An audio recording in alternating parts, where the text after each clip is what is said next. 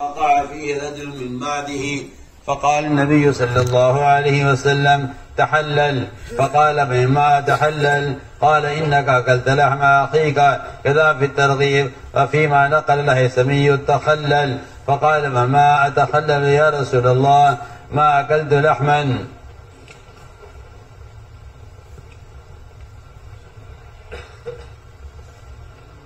میرے دوستو، بزرگوں، عزیزوں، جس طرح ایک انسان اپنے بدن کا چیک اپ کراتا ہے اور اپنے بدن کی بیماریوں کو تلاش کرنے کے لیے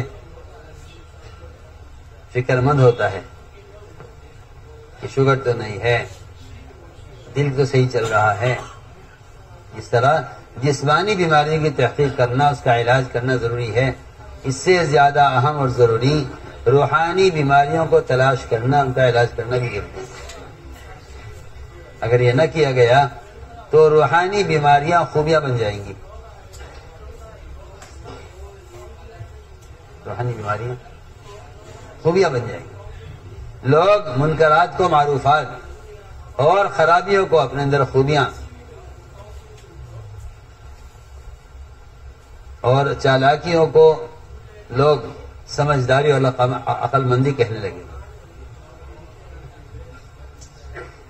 تو میں نے عرض کیا کہ جس طرح اپنی جسمانی بیماری کی تحقیق کر کے اس کا علاج کرنا ضروری ہے، اس سے زیادہ اپنی روحانی بیماری کی تحقیق کرنا اور اس کا علاج کرنا ضروری ہے، جس میں ایک ایسی بیماری جس کا واقعی احساس نہیں ہوتا، وہ غیبت ہے،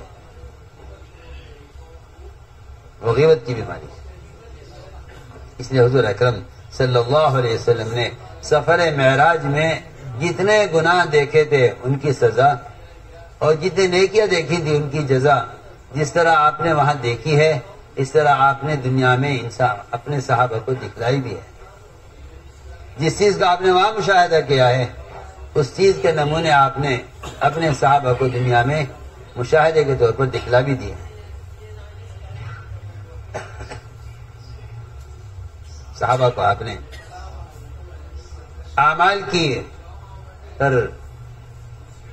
اعمال پر نعمتیں اور اعمال پر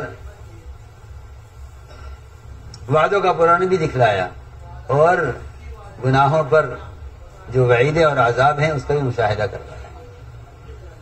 اسید بن حضیر کے نماز پڑھتے ہوئے ملائکہ کے اترنے کا بھی مشاہدہ کروایا، اور غیبت کرنے والے کی قے میں گوشت دکھلا کر غیبت کرنا گوشت کھانے کی طرح ہے، اس کا بھی مشاہدہ آپ نے کروایا۔ جزا کا بھی مشاہدہ کروایا، سزا کا بھی مشاہدہ کروایا۔ اور ایسی چیزیں ہیں کہ جن چیز کو آدمی غیبت جانتے ہوئے کہاں غیبت کسے کہتے ہیں، پھر یہ کہتا ہے کہ یہ جو میں کہہ رہا ہوں یہ غیبت نہیں ہے۔ حالانکہ اگر آپ غور کریں گے ان روایتوں پر تو معلوم ہوگا کہ غیبت بھی ایسا مخفی گناہ ہے جس طرح ریا ایک اخفا من دبیب النمل آیا ہے، اخفا من دبیب النمل، اللہ، کیونکہ ریا اتنا چھپا ہوا ہے، اتنا چھپا ہوا ہے کہ اگر پتھر پر، سیاہ پتھر پر کوئی چونٹی رینگ رہی ہو، نہ نظر آ سکتی ہے، نہ اس کے رینگنے کی آواز آ سکتی ہے۔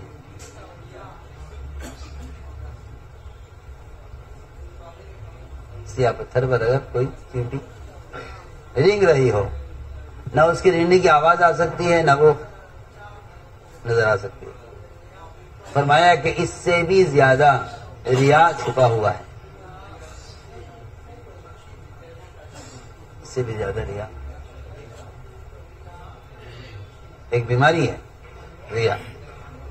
اس کو تلاش کرنا پڑے گا اس طرح جس طرح کوئی آدمی کوشش کرے کہ اس کو چونٹی نظر آ جائے سیاہ پتھر پر چلنے والی۔ تو میں نے عرض کیا کہ جس طرح ریا ایک چھپا ہوا مرض ہے، اور فرمایا کہ اخفا من دبیب النمل، کہ چونٹی کے پتھر پر رینگنے سے زیادہ چھپا ہوا ہے، اسی طرح میں عرض کرنا چاہتا ہوں کہ اس زمانے میں لوگ غیبت کا حرام کام کرتے ہیں اور وہ ایسی تعویل کرتے ہیں، کہتے ہیں یہ غیبت تھوڑا ہی ہے۔ صحابہ نے ایک بات عرض کی آپ کے سامنے کسی کی، ہمیں غیبت کی ہے، ہم تو وہ کہہ رہے ہیں جو اس میں ہے، فرمایا غیبت اسی کو کہتے ہیں۔ بس میں کیا عرض کروں، کسی کی کمزوری کو اس کی پیٹھ پیچھے بیان کرنا، چاہے اس کی اصلاح کے لیے کیوں نہ ہو، تب بھی غیبت ہے، تب بھی غیبت ہے۔ الا یہ کہ آپ ایسے شخص سے اس کا ذکر کریں جس کے بارے میں آپ کو پورا یقین ہو کہ یہ کسی اور کو نہیں بتائے گا اور یہ اس کی تربیت کی استعداد رکھتا ہے۔ اس لیے غیر مربی سے تذکرہ نہیں کرنا چاہیے، اگر اس کے بارے میں یقین ہو کہ اس کی تربیت کر سکے گا، اس سے ذکر کیا جائے شرط پر کہ وہ کسی اور کو نہیں بتائے گا، تب گنجائش نکل سکتی ہے کہ کسی کی اصلاح کی غرض سے کسی سے کسی کے بارے میں کوئی بات کی جائے۔ ورنہ اللہ مجھے معاف کرے، اس زمانے میں نہ لوگ نہ یہ شرائط جانتے ہیں نہ یہ قیودات جانتے ہیں، اور اصلاح کی غرض سے غیبت میں مبتلا رہتے ہیں، اصلاح کی غرض سے غیبت کے اندر مبتلا رہتے ہیں اور سمجھتے ہیں کہ اس سے اصلاح ہو جائے گی، حالانکہ اگر اس کی زنا کی غیبت تم کر رہے ہو تو اس کے زنا سے بڑا گناہ تم کر رہے ہو۔ باقی وہ سارے گناہ بہت چھوٹے ہیں، جن چھوٹے چھوٹے صغائر پر لوگ غیبت کرتے ہیں، غیبت زنا جیسے کبیرہ گناہ سے بھی بڑا گناہ ہے۔ لوگ تو صغائر کے بارے میں غیبت کرتے ہیں، حالانکہ غیبت زنا سے بھی بڑا گناہ ہے۔ دیکھو آپ صلی اللہ علیہ وسلم نے غیبت کسے کہا ہے؟ فرماتے ہیں رضی اللہ تعالیٰ، میں صبح کہتا ہوں، عرض کرتا ہوں، صبح سے لے کر شام تک کے بہت سے جملے ہمارے ایسے ہوتے ہیں، ہم غیبت کر کے گزر جاتے ہیں، ہمیں خیر بھی نہیں آتا غیبت ہوئی۔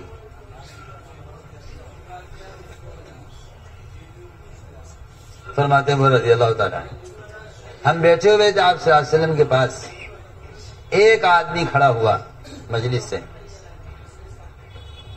بیمار تھا یا کمزور تھا، اس سے کھڑا نہیں ہو جاتا تھا، ذرا مشکل سے اٹھا۔ اس کے جانے کے بعد صحابہ نے آپ سے عرض کیا کہ یہ آدمی کس قدر کمزور ہے۔ ایک تو ہے کسی کو کمزور کہنا، اس پر رحم کھانے یا اس کے لیے دعا کرنے کے لیے، ایک ہے کسی کا عیب بیان کرنے کے لیے اسے کمزور کہنا۔ ان کا مطلب یہ تھا کہ اس کا عیب بیان کیا جائے، تو کسی نے کہہ دیا کہ دیکھو تسی کتنا کمزور ہے۔ آپ نے فرمایا تم نے میرے ساتھی غیبت کی ہے اور تم نے اس کا گوشت کھایا ہے۔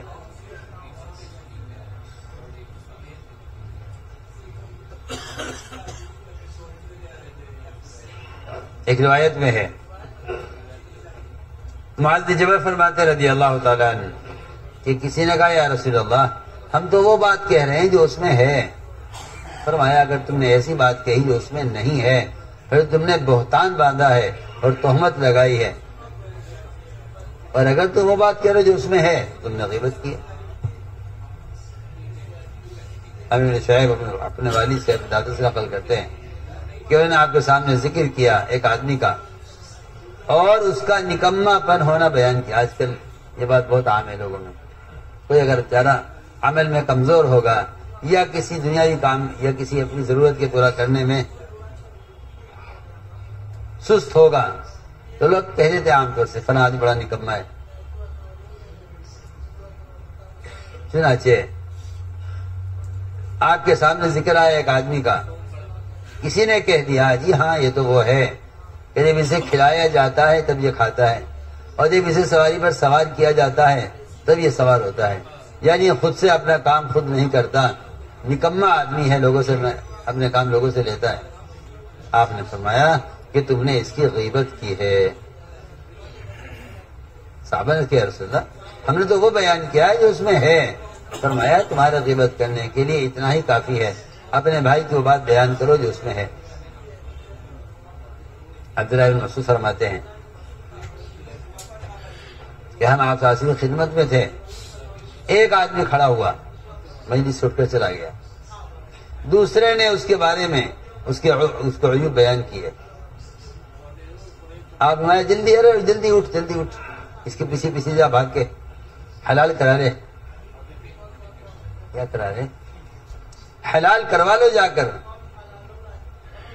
آپ نے اتنا کہا، صرف غیبت کرنے والے سے کہا، جس کی غیبت کی تھی اس نے، فرمایا جلدی اٹھو اور بھاگ کے اس کے پیچھے پیچھے جاؤ اور جا کے حلال کروا لو ابھی، جہنم میں جانے سے پہلے، قیامت سے پہلے۔ کیا کہ رسول اللہ کیا حلال کراؤں؟ کس بات کے بارے میں آپ کہہ رہے ہیں؟ آپ نے فرمایا تو نے اپنے بھائی کا ذکر، اس کا عیب ذکر کر کے اس کا گوشت کھایا ہے، لہذا جلدی جا کر اپنے بھائی سے اس کا جو گوشت نے کھایا ہے اس کو حلال کروا لے۔ ایک روایت میں ہے کہ یہ تحلل نہیں کہا آپ نے تخلل کہا۔ تخلل کا مطلب یہ ہے، آپ نے فرمایا اس آدمی سے اپنے دانتوں میں خلال کرو، تمہارے دانتوں میں سے گوشت نکلے گا۔ آدمی گوشت کھاتا ہے، وہ آدمی کیا کرتا ہے؟ خلال کرتا ہے گوشت کھاتا ہے۔ آپ نے یقینی طور پر سمجھانے کے لیے کہا کہ تمہارا اس کی غیبت کرنا، اس کا گوشت کھانا ہے، تمہیں چاہیے کہ اپنے دانتوں میں خلال کرو۔ میں خلال کیوں کروں؟ میں گوشت تو کھایا نہیں، میں نے خلال کس چیز سے کروں؟ فرمایا تم نے بھائی کی غیبت کر کے اس کا گوشت کھایا ہے، لہذا دانتوں میں خلال کرو۔